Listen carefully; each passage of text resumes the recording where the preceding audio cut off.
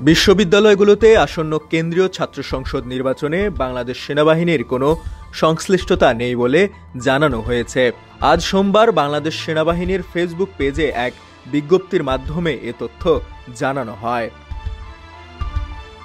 বিজ্ঞপ্তিতে বলা হয়, বিশ্ববিদ্যালয়গুলোতে আসন্ন কেন্দ্রীয় ছাত্র সংসদ নির্বাচনে বাংলাদেশ সেনাবাহিনীর কোনো সংশ্লিষ্টতা, বিশেষত ঢাকা বিশ্ববিদ্যালয় কেন্দ্রীয় ছাত্র সংসদ ডাকসু নির্বাচনে সেনাবাহিনীর হস্তক্ষেপের প্রশ্নই আসে না।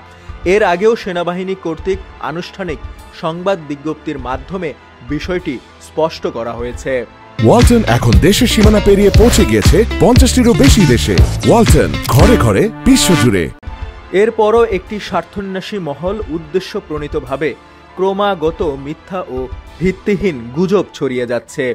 এ ধরনের বিভ্রান্তিকর অপপ্রচার স্বাভাবিক স্থিতিশীলতার বিনষ্টের অপচেষ্টা মাত্র, যা সার্বিক নির্বাচনী পরিবেশকে ব্যাহত করতে পারে।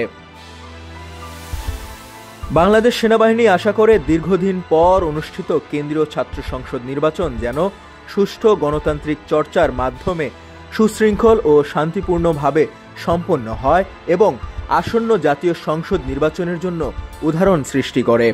নির্বাচনে অংশগ্রহণকারী প্রার্থী, ভোটার এবং সংশ্লিষ্ট সবার প্রতি সেনাবাহিনীর আন্তরিক ও শুভকামনা রইল। ডেস্ক রিপোর্ট, সমকাল।